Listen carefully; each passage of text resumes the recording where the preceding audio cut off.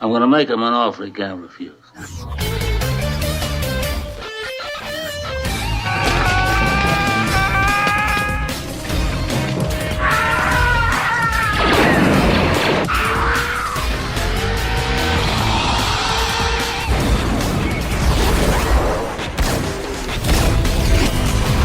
The more you talk, the harder I want to hit you.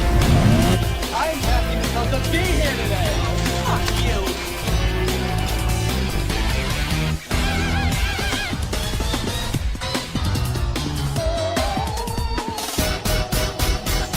Come on, you want me to drive? No.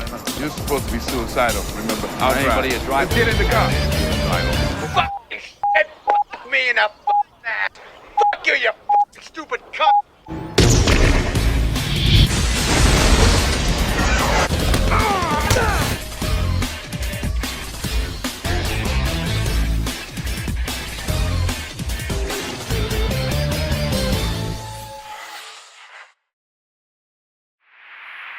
Hey everyone, it's Don G. Corleone here, and I am here with a brand new epic movie review, and this epic movie review is going to be for none other than 2012's DREDD, which is directed by Pete Travis. So here we go. What is the plot of this film adaptation of Judge Dredd? The future America is an irradiated wasteland. On its east coast, running from Boston to Washington, D.C., lies Mega City 1, a vast violent metropolis where criminals rule the chaotic streets. The only force of order lies with the urban cops called the Judges, who possess the combined powers of judge, jury, and instant executioner. Known and feared throughout the city, Dredd is the ultimate judge. He's challenged with ridding the city of its latest scourge, this dangerous drug epidemic that has users slow-mo experience reality at a fraction of its normal speed. During a routine day on the job, Dredd is assigned to train and evaluate Cassandra Anderson, a rookie with powerful psychic abilities thanks to a genetic mutation. A heinous crime calls them to a neighborhood where fellow judges rarely dare to venture. A 200-story slum controlled by prostitute drug lord Mama, played by Lena Headey, are big bad of the film, and a ruthless clan. When they capture one of the clans in her circle, Mama overtakes the compound's control center and wages a dirt-vicious war against the judges that proves she will stop at nothing to protect her empire. With the Baiken climbing in no way out of the building, Dredd and Anderson must confront the odds and engage in a relentless battle for their survival. So, as for my reaction to this film, what can I say? Dredd 2012. Easily one of the best action films of the 2010s. And it's a shame it flopped. Well, probably just because the character's not well known for many comic readers. And the September release. For many factors. It sucks it bombed. It should not have bombed. Because this should have got its franchise. This should have got sequels. You want to know what we're getting instead? We're getting a reboot from Taika Waititi that nobody wants. Is probably going to ruin the character.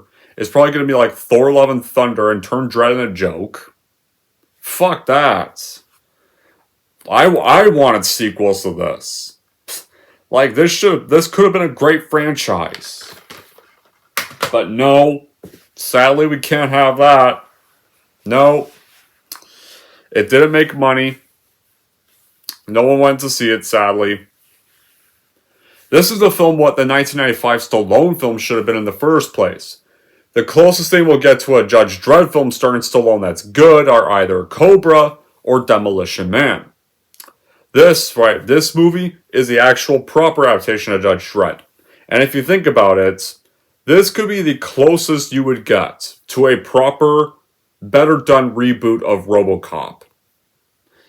If RoboCop had an actually good reboot, this would be the closest you'd get.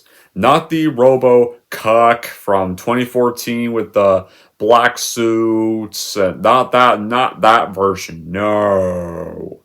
Ugh. Not that one. The one I used to not mind, but nowadays I realize it has not aged well. Alright, so how was this film made? So, Alex Garland began writing the script for Dredd in 2006. The development of a new Judge Dredd film adaptation would be unrelated to the 1995 film, but it was not announced until December 2008. It was produced by British studio DNA Films. Dredd would begin filming using 3D cameras throughout in November 2010, and filming took place on practical sets and locations in Cape Town. And after the film was officially shot and marketed, Dredd, when it was released in theaters, it was called Dredd 3D. It was released on September 7th, 2012 in the United Kingdom, and to the rest of the world on September 21st, 2012. Critics were generally positive about the film's visual effects, casting, and action sequences, but they criticized the excessive violence. It's Judge Dredd. What are you talking about? Judge Dredd is not supposed to be tame. Ugh. As well as the lack of satirical elements that are found in the source comic. But, yeah, it didn't make money. It only made $41 million worldwide, based off its $45 million budget. So, despite the fact that the theatrical earnings made a sequel unlikely, there were home media sales and fan efforts fighting to get that second film made. But it never happened. And it likely will not now at this rate.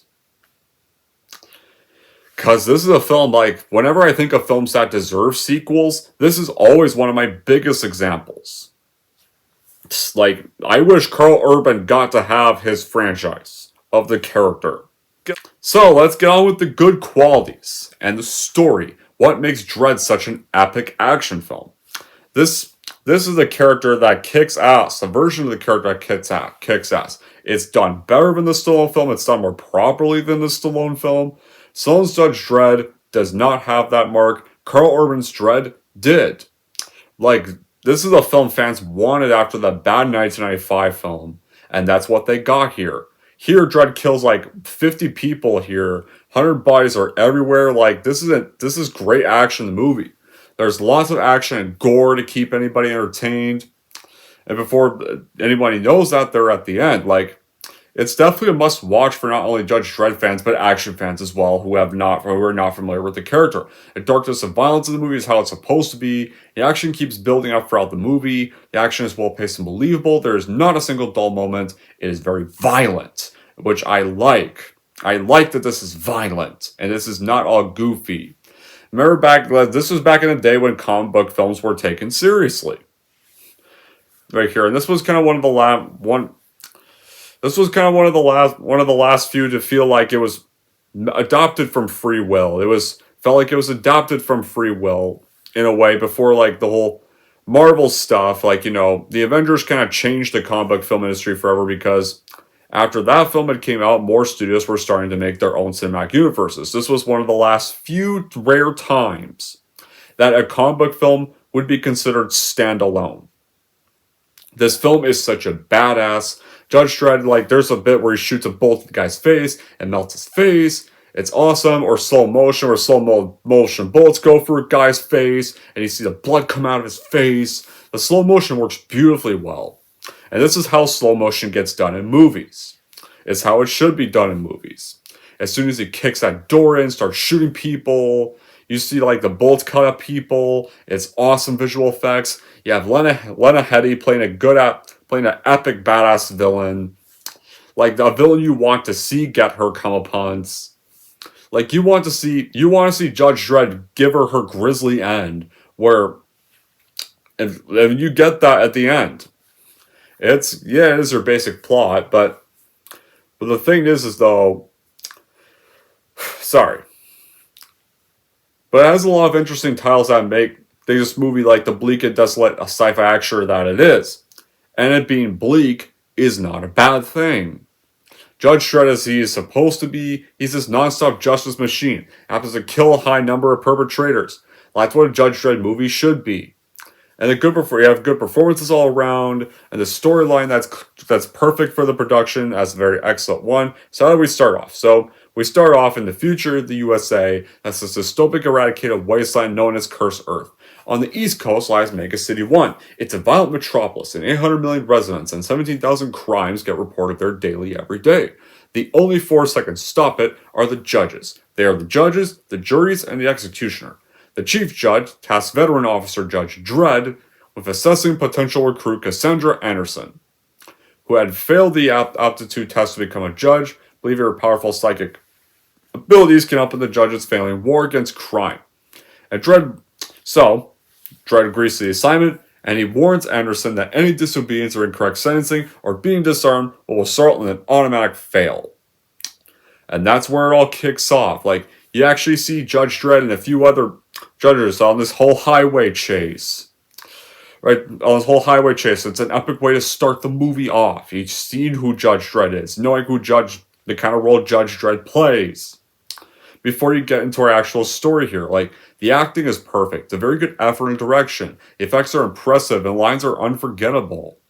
And the plot, it's just an ordinary day for Judge Dredd on the job. There's no history of the character, no unnecessary filler, you just get to it right away. Right there, see, simple as that. Carl Urban really nails it as Judge Dredd. Like, honestly, he is the best Judge Dredd. Like, this guy was born to play the character. It's a fantastic performance. They really casted him right. Lena Headey was perfectly cast as the villain. And, Olivia Thirlby also gives a great performance as the rookie. And something like this is, and unlike a lot of movies where usually they would take a plot where the old character has to train the new character, except the new characters are sometimes snotty or rude or just annoying or just stupid a few times. Here, that's not the case. This new character is actually useful. This new character actually has flaws. This new character actually has to be trained. Actually has to go through experience. Yeah, see, she's not another Carol Danvers. She's not another Ray. She's an actual character with human flaws.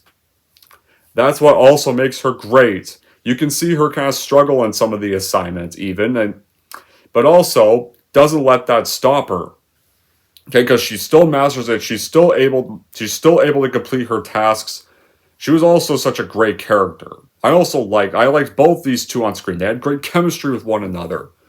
They don't have any throw round things to the viewer's face gimmicks, and you get some of the close-ups of the faces in great detail. It's critical for a character like Judge Dredd, who's really like teeth grimace that really showcase for him to show much emotion from the character.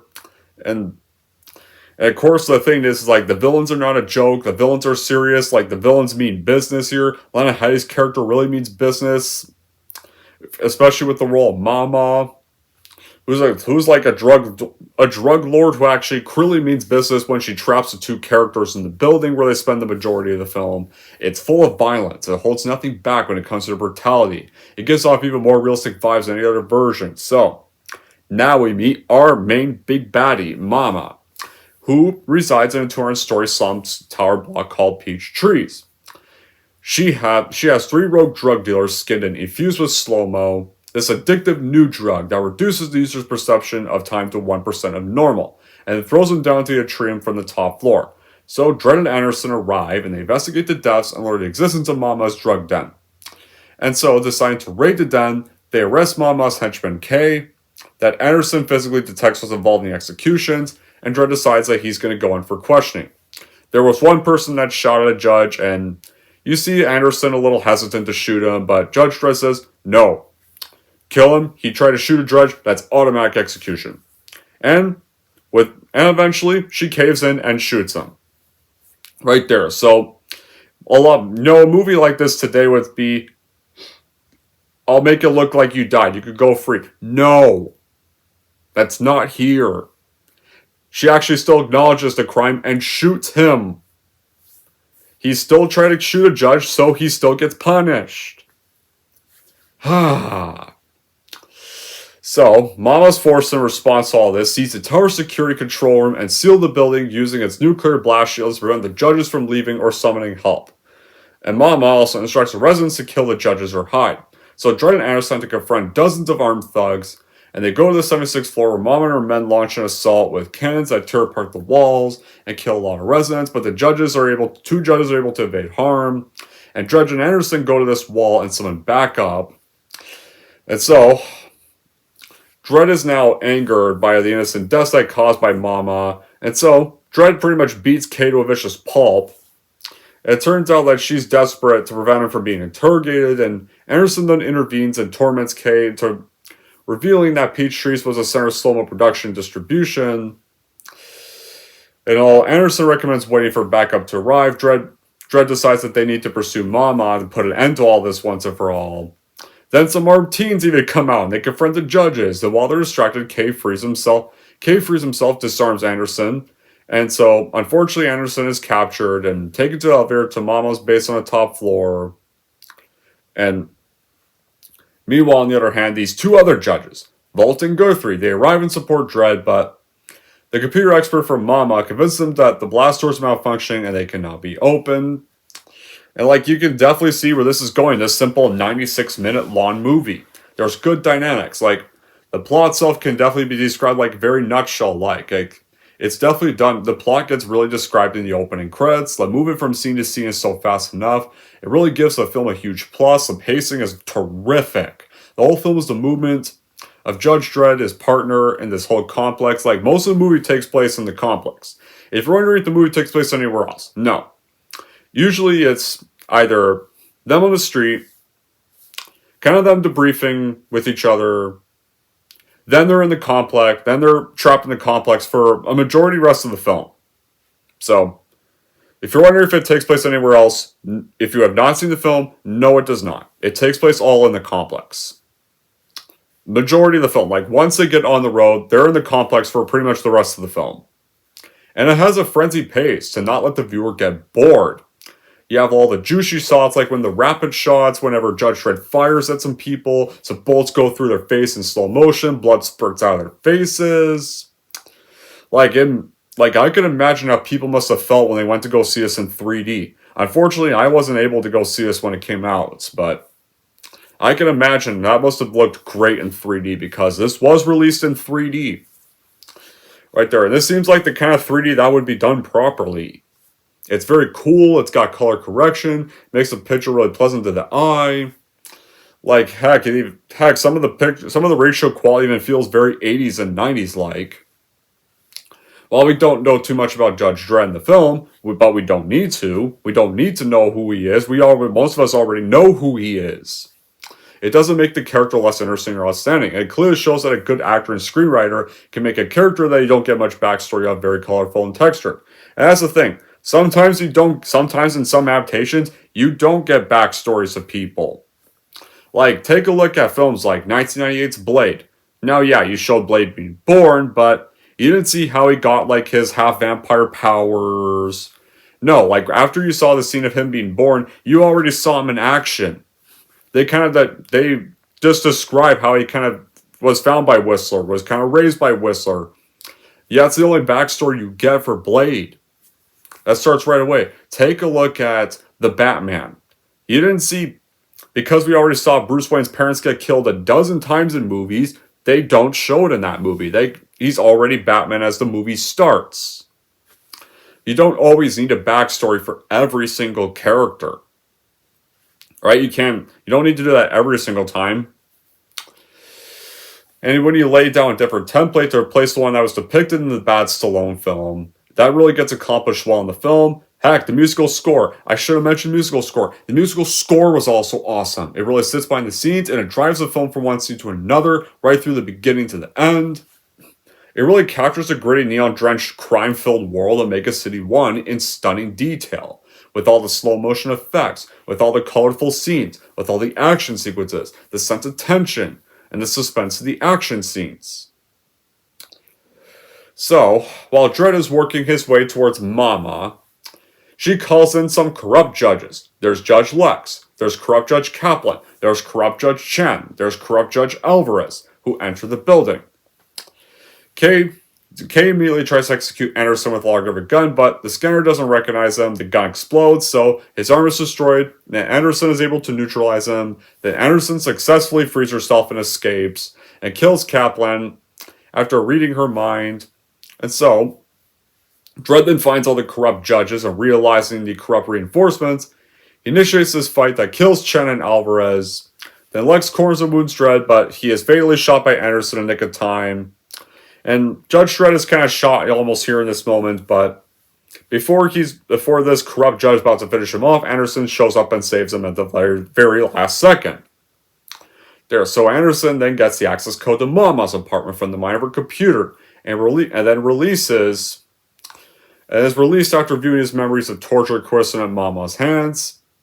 And then Dredd admonishes her decision to release the suspect as a fail point and a crime.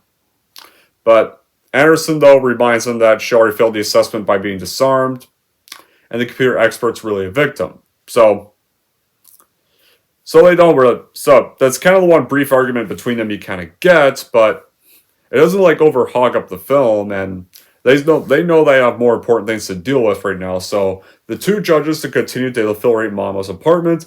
They kill most all of her enforcers, but Anderson, though, is shot and wounded. And of course, Mama tells Judge Dredd that if Judge Dredd kills her, she has this device on her wrist that's going to blow up the whole building and kill them all. And of course, Dredd realizes that her signal could not reach the explosive from the ground floor, so Dredd forces Mama to inhale her own drug, and he throws her down the atrium to her death. Just like that. Just tricks her into taking her own drug and throws her onto the ground, and blood splatters all over the place. The male lead character here has the rock-solid confidence that comes with the long career that Judge Dredd is known for, working as the badass cop.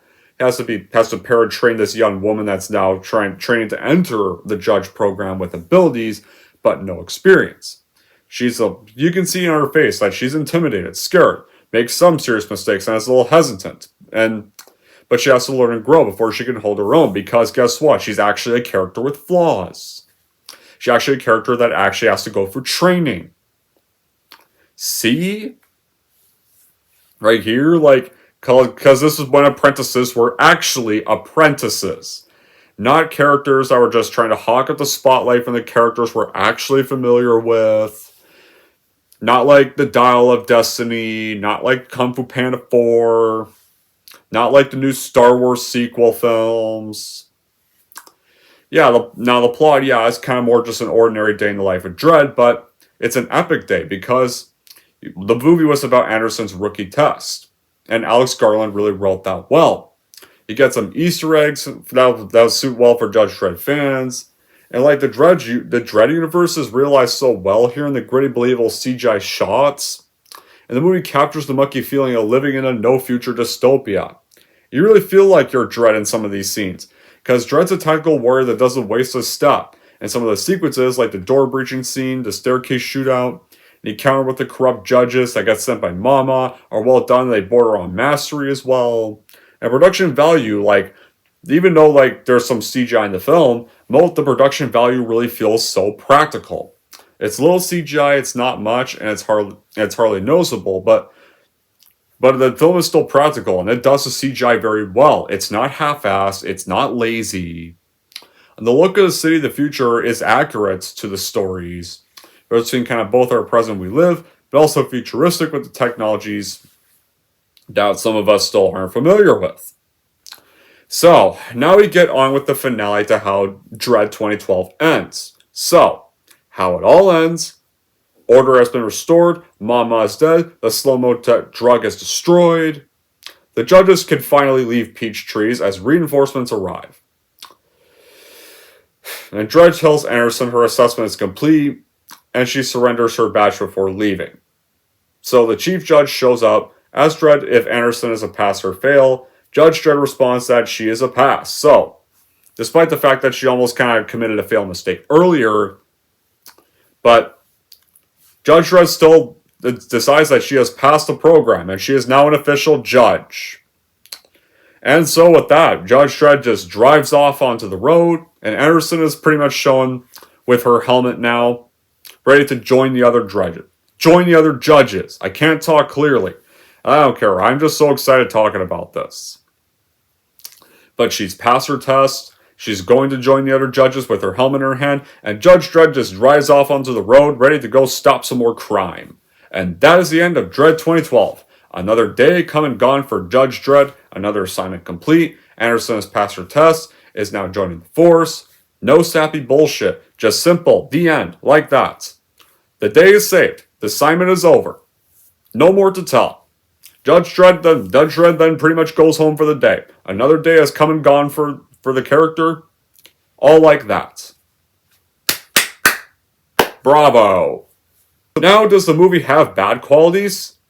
Oh, bad qualities? What? Here's a short answer. No!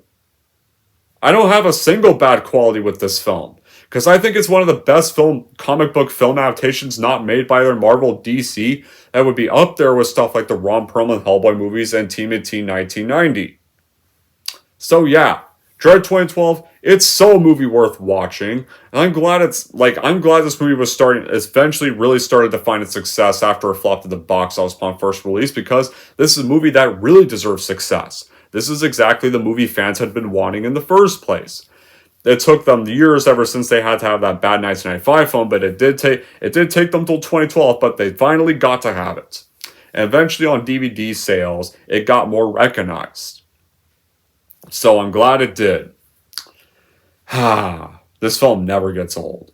So in the end, it's obvious when I say this. Of course, Dredd 2012, well, it was called Dredd 3D when it came out, but it's just called Dredd on DVD, so I'll call it Dredd 2012. Of course, Dredd 2012 is worth watching and buying for your collection, no doubt, because this movie's a killer action flick start to finish that really embodies the spirit of the character. Anyways, that's it for my epic movie review of Dredd 2012. And we're going to rank Dredd 2012. Here's how I'm going to rank this movie. So overall, if you hated the 1995 movie and want to see the character properly done in a real adaptation, then I would totally watch this movie for your collection, no doubt, because this is the right portrayal of Judge Dredd. If we're going to rate Dredd 2012, I'm going to give Dredd 2012 a full-blown damn fucking 10 out of fucking 10.